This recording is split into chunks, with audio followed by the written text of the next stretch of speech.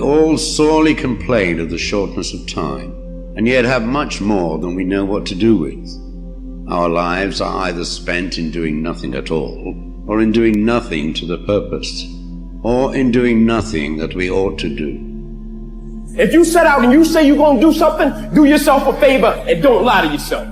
Because that is the worst thing that an individual can ever do. You think you lying to your peers. You think you lying to your mother. You think you lying to your teacher. You think you lying to your coach. At the end of the day, when you look in the mirror, you lying to you.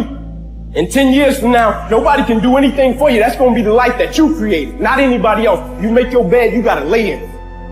I got to commit my very being to this thing. I gotta breathe it. I gotta eat it. I gotta sleep it. And until you get there, you'll never be successful in life. But once you get there, I guarantee you, the world is yours. So work hard and you can have whatever it is you want. There's never an easy time to make a hard decision. Never.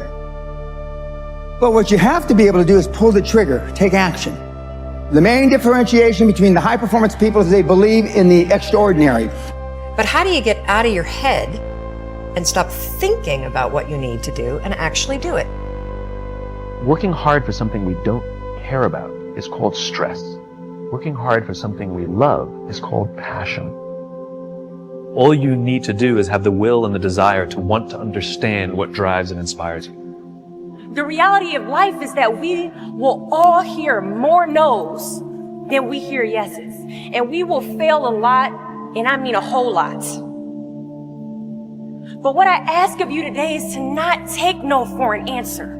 Don't be afraid of no's. Be afraid of the possibility of a yes that you have prematurely destroyed because you decided to quit before the clock strikes 12. The universe responds to the man or woman that refuses to be denied, because that is your commitment. That dream that you have of controlling your destiny, that is yours. That's available to you. But you've got to be willing to stand there and face disappointment, not have support, be lonely, doubt yourself sometimes, be rejected again and again and again, become bankrupt if necessary, again and again and again, and refuse to turn around until life gives it up.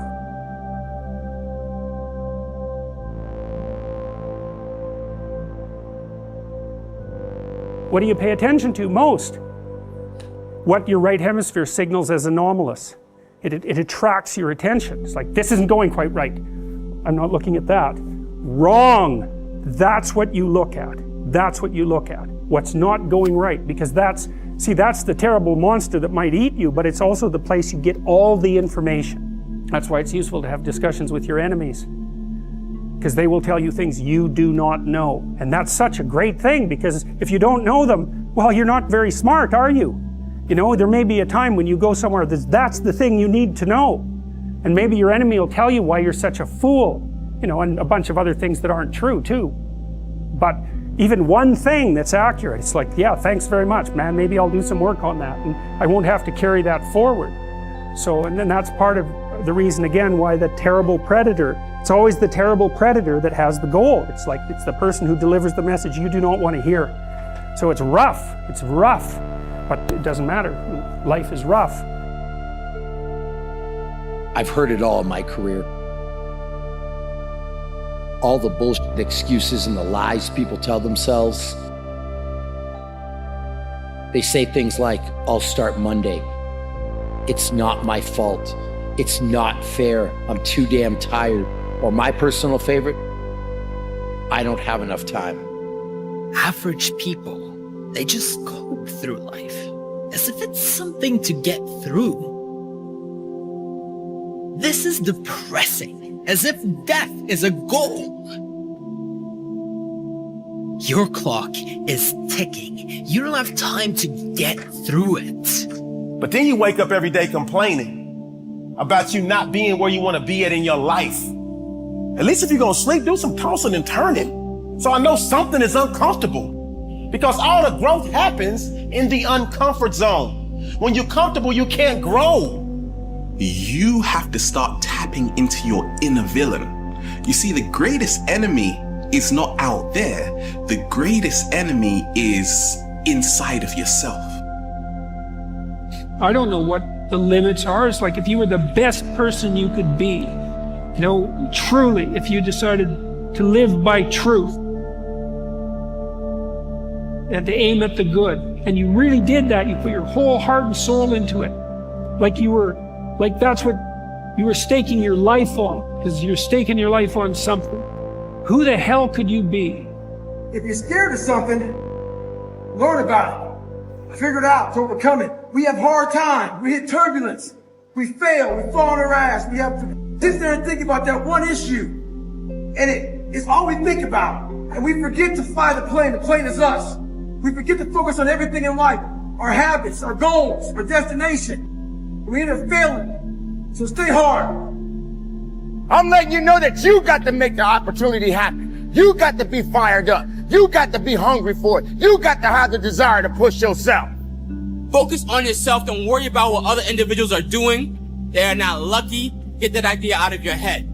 The only one that can make the change is you and yourself alone. Start with yourself. Work on yourself. Make the sacrifices that you need to make.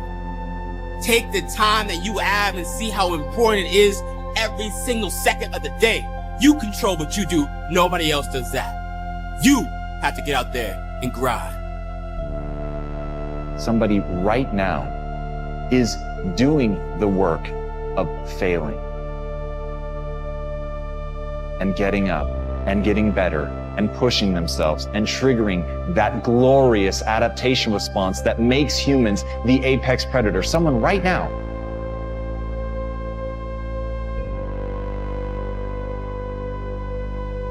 There's not one person that you look up to, not one, that gets up every day and says, this is fucking amazing. I can't wait to do this. No matter what they tell you on social media, they still have bad days.